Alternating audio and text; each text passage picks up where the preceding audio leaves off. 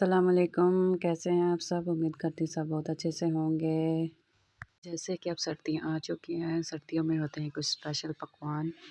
तो आज मैं भी लाई हूँ आपके लिए स्पेशल रेसिपी। हाँ जी, मैं आपके साथ शेयर करने जा रही हूँ आज स्पेशल साग की रेसिपी। साग की रेसिपी पंजाबियों के घर की स्पेशल रेसिपी होती है। चले जी शुरू करते हैं आज की रेसिपी शुरू करने से पहले जिन्होंने अभी तक हमारे चैनल को सब्सक्राइब नहीं किया तो प्लीज़ हमारे चैनल को सब्सक्राइब कर लें।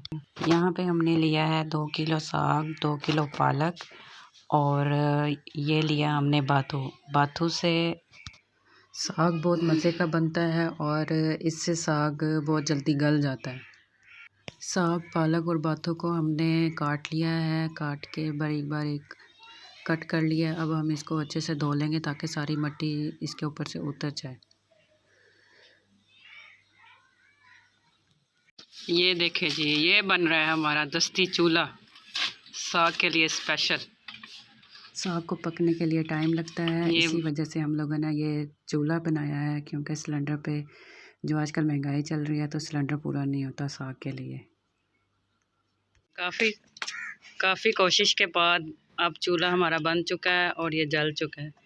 इसके ऊपर रख दिया मैंने पतीला और डाल दिया है पानी। अब इसमें डालेंगे साग बॉईल होने के लिए, पकने के लिए। पानी को हमारे उबाल आ चुका है। अब हम इसके अंदर शामिल कर देंगे साग उबालने के लिए। साग को तब तक उबालना है जब तक ये गल ना जाए, और हस्बे ज़रूरत इसके अंदर साथ ही नमक ऐड कर देंगे। साग हमारा पकना शुरू हो गया। अब इसको हम 4 से 5 घंटे इसी तरह पकाएंगे। ये देखिए साग हमारा यहाँ पे पक चुका है और पानी तकरीबन खुश्क हो चुका है। आग के धुएं की वजह से सही नज़र नहीं आ रहा, बहुत ज़्यादा धुआं हो गया। साग पकने की ये निशानी होती है, ये पक पक के इसका कलर पीला हो जाता है। जब इसका कलर पीला हो जाए तो समझ जाए साग पक चुका। यहाँ पे देखें अब इसका कलर पीला हो गया है। अब ये साग बिल्कुल तैयार है, ये पक चुका है और पानी भी खुश्क हो चुका है। अब हम इसको थोड़ा सा ठंडा होने के बाद ग्राइंड कर लेंगे। अगर आप घोटना चाहते हैं तो इसको घोट भी सकते हैं। हमने यहाँ इसको मशीन में ग्राइंड कर लिया है अच्छे से। ज़्यादा मशीन नहीं चलानी, ज़्यादा पतला नहीं करना साग। ये देखें साग ग्राइंड करने के बाद कुछ इस तरह का हो जाएगा।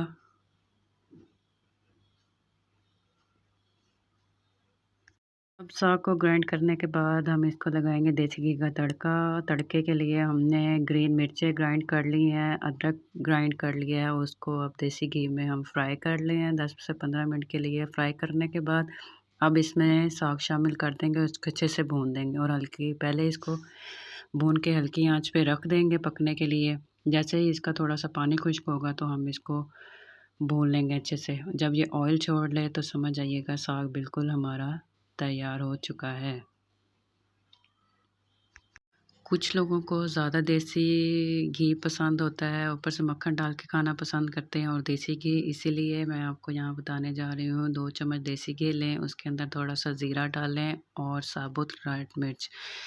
2 मिनट फ्राई करने के बाद हम इसको साग के ऊपर शामिल कर देंगे और इस तरह हमारा मज़ेदार सा देसी सरसों का साग तैयार हो जाएगा। इसको घर पे आप ज़रूर इस रेसिपी को ट्राई करिएगा और हमें कमेंट्स बॉक्स में ज़रूर बताइएगा कि कैसा बना आपका साग। तो मेरे चैनल को ज़रूर सब्सक्राइब करिएगा जिन्होंने अभी तक सब्सक्राइब नहीं किया। नेक्स्ट वीडियो तक हमें दीजिए इजाज़त। अल्लाह हाफ़िज़।